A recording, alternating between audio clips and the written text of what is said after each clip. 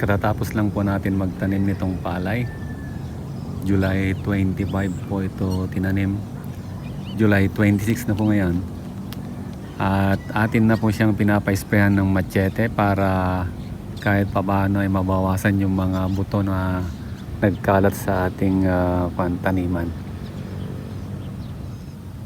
Pinapa-sprayan ko po ito sa ating kasama para ma-control kagad yung mga buto ng damo kung meron pang mga naiwan. Pero obserbahan po natin to after 1 week. Kung may mga tutubo ulit, sprayan po natin to ng pinali. Or titignan natin kung broad leaves or yung sedges or yung may mga nodes ang lilitaw. Pag mga broad leaves, ang ilalagay po natin dito ay yung Almex. Pero kapag yung sedges or yung mga may nodes, ang ilalagay natin dito ay yung pinali. At plano ko dito na after siguro 4 to 5 days, aabonahan na po natin.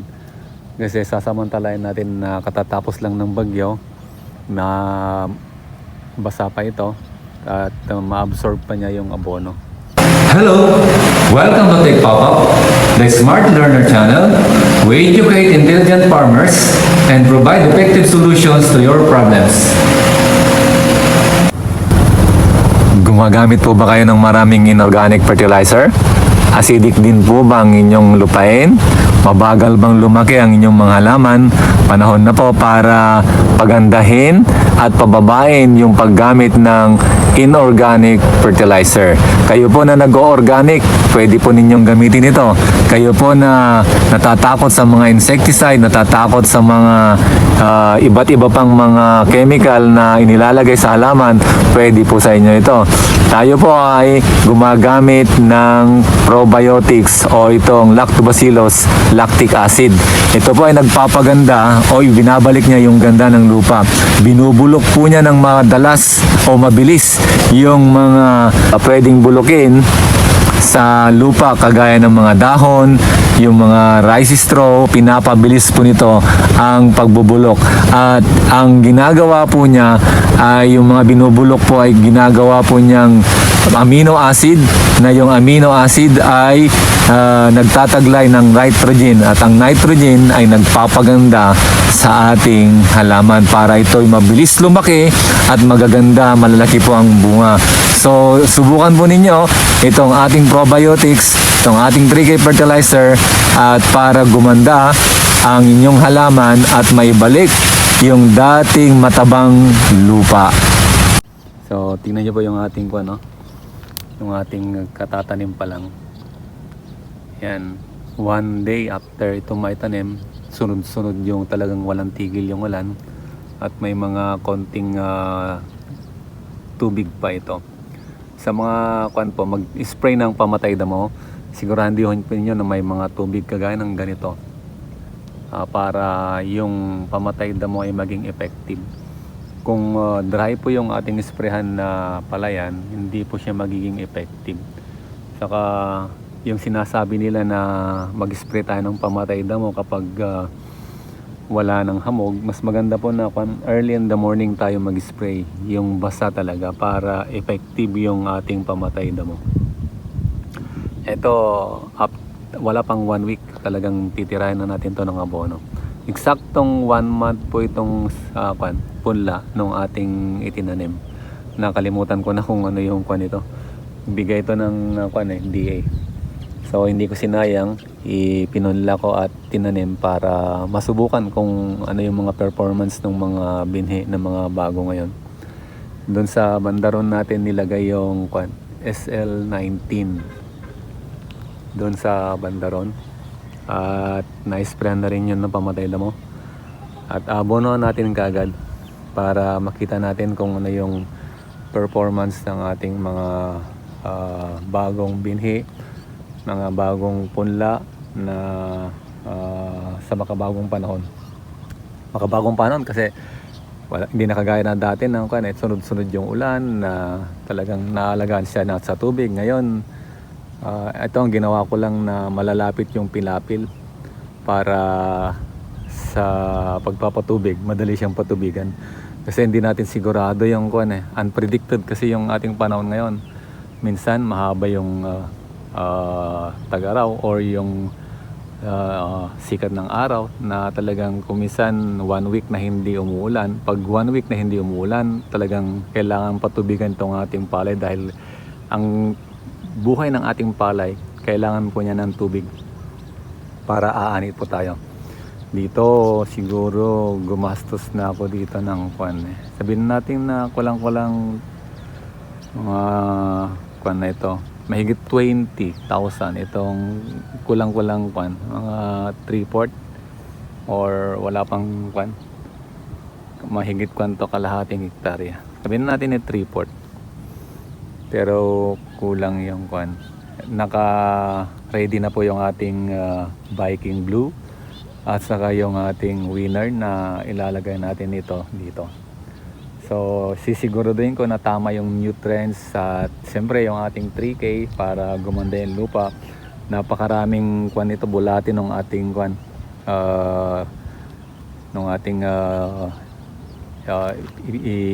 i-prepare. Nung nagkukuliglig sila dito, talagang napakaraming mga bulate.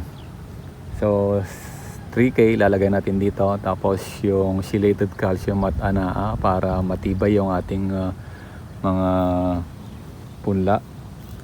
Dito sa kabila hindi pa sila nag-spray ng pamatay damo, pero tayo nag-spray na tayo para hindi mag-germinate yung mga or para mabawasan yung mga papatayin natin o i-control na damo. So sa mga nagtatanong, yung mga tanim na po ninyo na palay, wag nyong hayaan na lumaki po sila or patagalin yung pag-apply ng abono. Sa mga nagsasabog tanim, dapat pag tumubo na yung palay 1 to 5 days lagyan nyo po ng konti abono para lumaki at para hindi siya abutan ng damo. At magsimula na rin kayo mag-spray ng pamatay damo kung nakita nyo na may mga tumutubo, para kasi mas madaling patayin yung damo kapag maliliit pa. Kung malalaki na yung damo, medyo mahirap ng patayin, no? Eto, may tumutubo na mga damo o maliliit pa lang, yan dapat nang kinokontrol yung mga yan. Kasi pag pinalaki natin yung mga yan, mahirap yan i-control. Kaya kahit anong lakas nung gamot na ating gagamitin, kung hindi na o nahuli po kayo ng pag-apply, useless po yon. Yan, parang mga broad leaves po yung mga yan kayang-kaya ng Almex pag malilit pa. 1 click po yan.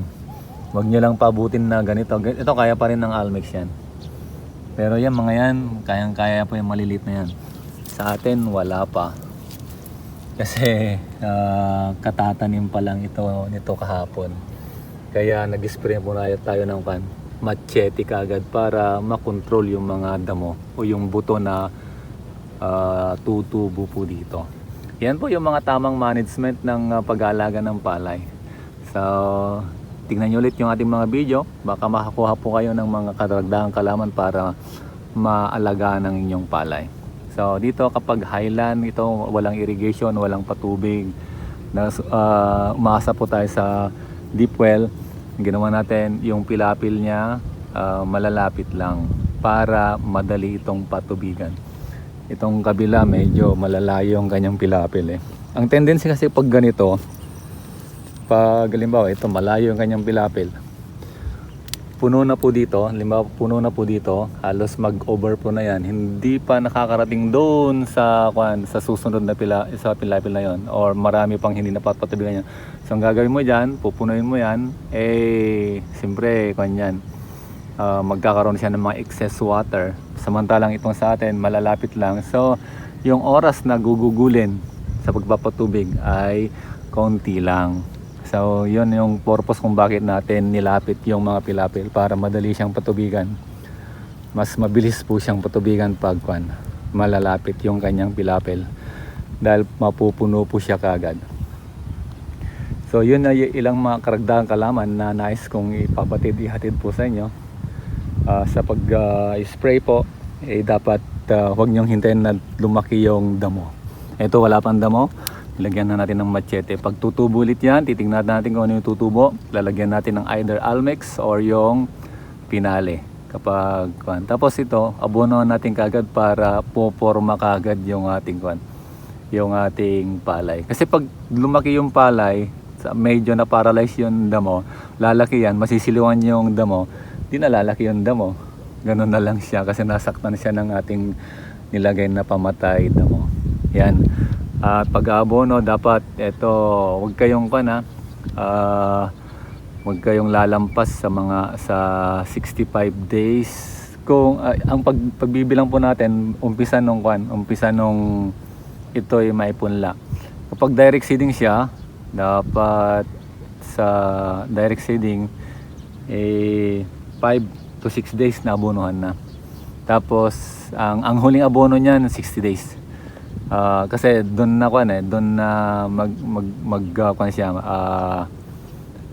magkakaroon ng panic realization. So 60 days dapat i-calendary niyo 'yon. Dapat mag-abono na kayo. At yung huling spray ng mga foliar ay sa mga 70 or 75 days, ganyan. Pero ito 3 times nating foliar. Lalagyan natin ito ng tamang abono para obserbahan po natin kung makakaanip po tayo dito ng mahigit 100 sa isang hektarya.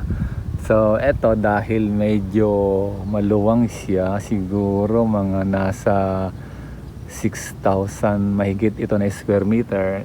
Try natin kung maabot niya ng 100. May halo siyang hybrid, kaya sigurado malaki yung aanin natin dito. So pagpatuloy niyo po yung panonood po dito, huwag po kayong aalis.